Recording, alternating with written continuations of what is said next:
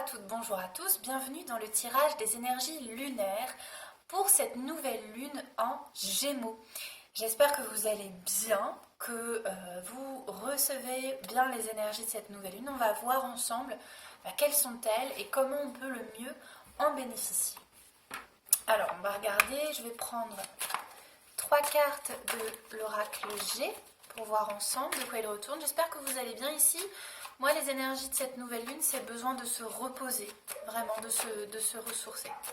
Ça, j'ai vraiment besoin. Alors, on va regarder, on va prendre 3 cartes. 1, 2, nouvelle lune en Gémeaux, 3.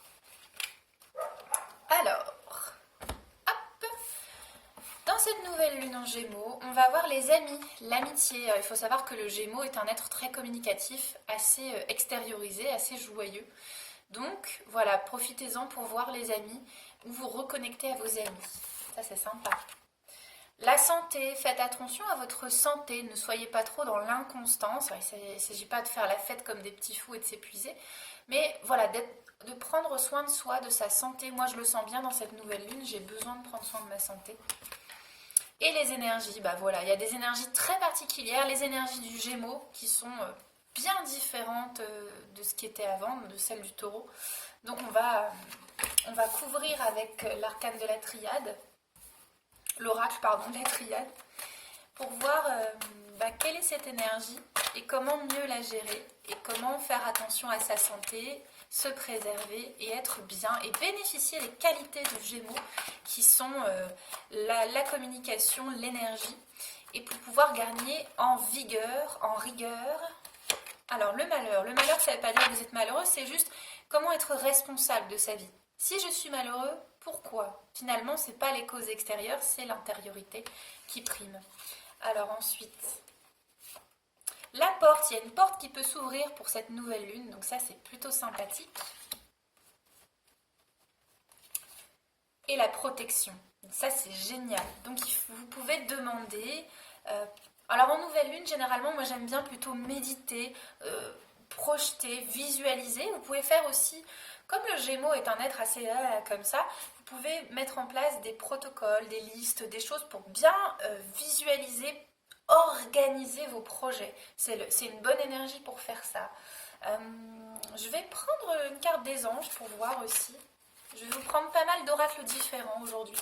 Je crois que j'ai envie de faire ça avec vous. Alors, hop. Que nous disent les anges, les énergies, les archétypes angéliques pour cette nouvelle lune en Gémeaux, s'il vous plaît?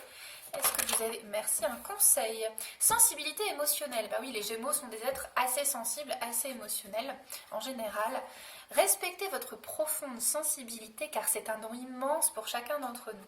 Donc il s'agit de se préserver, de faire attention à sa santé et en même temps de partager sa sensibilité au monde. Donc ça, regardez, c'est un ange qui se recueille dans l'arbre, dans un arbre. Moi, ça me parle bien parce que c'est vraiment l'énergie dans laquelle je me trouve actuellement. J'ai besoin de me recueillir, j'ai besoin de me cocooner, j'ai besoin de me retrouver. Encore une autre carte, s'il vous plaît, chers anges et archanges bien-aimés.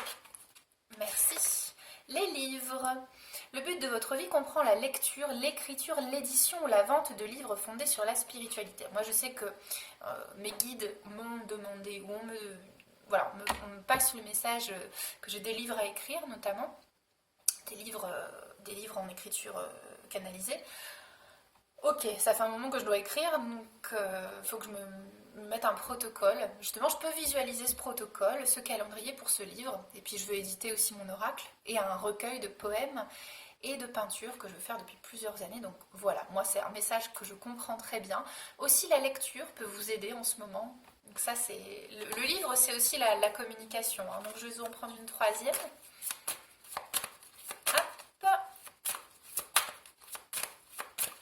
Allez, s'il vous plaît, merci. Chakra du plexus solaire, votre pouvoir est sans danger pour vous. Prenez votre vie en main de manière positive. Voilà, c'est ce qu'on avait vu avec l'oracle G, c'est la responsabilité. Si on est malheureux, on en est responsable. Si on est heureux, on en est responsable. Donc voilà, Il faut travailler sur le plexus, sur votre volonté. Alors pas forcément agir parce qu'on est en nouvelle lune, mais en tout cas être en lien avec une volonté de se recentrer. Ça c'est très important. Je vais prendre une carte de l'oracle de la forêt que j'aime beaucoup. Alors, que nous conseille la forêt en cette nouvelle lune? Apprendre. Prenez exemple sur les hiboux. Profitez de la nuit pour trouver les réponses à vos questions. Ne dit-on pas que la nuit porte conseil? Donc il ne s'agit pas d'être forcément un oiseau nocturne. Moi je sais que je suis plutôt dans l'énergie du matin. J'aime bien l'énergie du matin. Mais en tout cas, peut-être reposez-vous ou écoutez vos rêves. Voilà, le monde onirique a peut-être ses réponses. On va aller demander du côté des fées. Voilà, alors ces cartes sont assez grandes. Donc je ne sais pas si elle va se retourner. S'il vous plaît, l'énergie des fées. Je vais demander une carte pour la nouvelle lune en Gémeaux avec les fées. La licorne et la jeune fille. Communication avec la licorne, purification et action discrète. Alors on voit une licorne avec une jeune fille rousse. Moi j'adore les rousses. Pour ceux qui me connaissent, dans mes peintures, il y a l'évocation d'une jeune femme rousse. Très souvent, d'ailleurs j'ai une peinture de mon oracle qui est vraiment ça, quoi. Je vous ferai une vidéo peut-être de présentation de mes peintures d'oracle ou une partie. Donc voilà, je vais vous lire le texte correspondant. Donc c'est vraiment l'énergie du Gémeaux, hein, c'est la communication, mais en même temps il faut rester mesuré, en retrait pour le moment puisqu'on est en nouvelle lune. Donc je vais vous chercher, je ne connais pas encore très bien cet oracle, hein, je l'ai acquéri il n'y a pas très longtemps. La licorne sacrée et la jeune fée se préparent pour une mission. La jeune fille vit dans le monde réel. Elle y accomplit un travail secret pour le bien de la magie, de la vérité et de l'âme.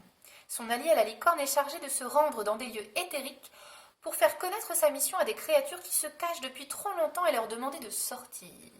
Elle discute de la prochaine étape de leur travail. Vous voyez, c'est ça, on projette la prochaine étape de son travail. On n'agit pas encore parce qu'on est en nouvelle lune, mais on projette. Elle est en sécurité. Il existe des êtres qui pourchassent la licorne pour s'emparer de son savoir, de sa magie, de sa corne et de son rubis qu'elle porte sur le front, dont la possession permet de voir dans les cœurs et de connaître les véritables intentions des êtres. Ça me parle bien, ça me ressemble bien. Certaines ont le pouvoir d'accomplir ensemble leur mission. Elles se rencontrent dans des lieux dissimulés, hors de vue, dans vos rêves. On a vu avec la carte du hibou, dans les rêves, dans les visions, dans les méditations et dans le cheminement. Donc essayez de voir à l'intérieur. Surtout en nouvelle lune, la nouvelle lune, c'est vraiment le moment idéal pour être en introspection, en visualisation et en intériorité. Elles purifient et assainissent. Elles travaillent pour la paix et sont capables de voir dans les cœurs de ceux qui les entourent. Rétablir la paix, même quand elles sont confrontées à des agressions violentes. Les licornes procurent le don d'écrire et de représenter. Qu'a-t-on vu ici? L'écriture. Elles racontent l'histoire qui doit être préservée. Leur langage originel était pictural. Moi, ça me parle bien avec les peintures. Si vous tirez cette carte et que vous engagez dans un projet créatif, demandez simplement l'aide et les conseils de la licorne. L'inspiration, surmonter le syndrome de la page blanche. Ben moi, c'est intéressant parce qu'en ce moment, au niveau peinture, je me sens dans cette énergie de la page blanche. J'arrive plus trop à peindre, j'ai plus trop l'énergie d'accoucher de peinture. Et par contre, je sens que c'est une période de gestation et que c'est ok. C'est pas grave, je peux pas tout le temps peindre. Sachez que je ne peins pas tout le temps. Mais là, je suis en pause. Mais je pense que ça me parle bien. Alors, le troisième œil. La licorne pousse au milieu de son front l'emplacement du troisième œil et du troisième chakra. Et quel est le troisième chakra, mes jeunes amis? Il s'agit du plexus solaire. Eh oui. Pouvoir de l'intuition, clairvoyance, communion, communication entre les mondes. Ben moi, ça me parle bien vu que je suis peintre médium, forcément. Enfin, médium, vous comprenez, je ne suis pas pour les étiquettes, mais en tout cas, je voyage dans les mondes et je communique avec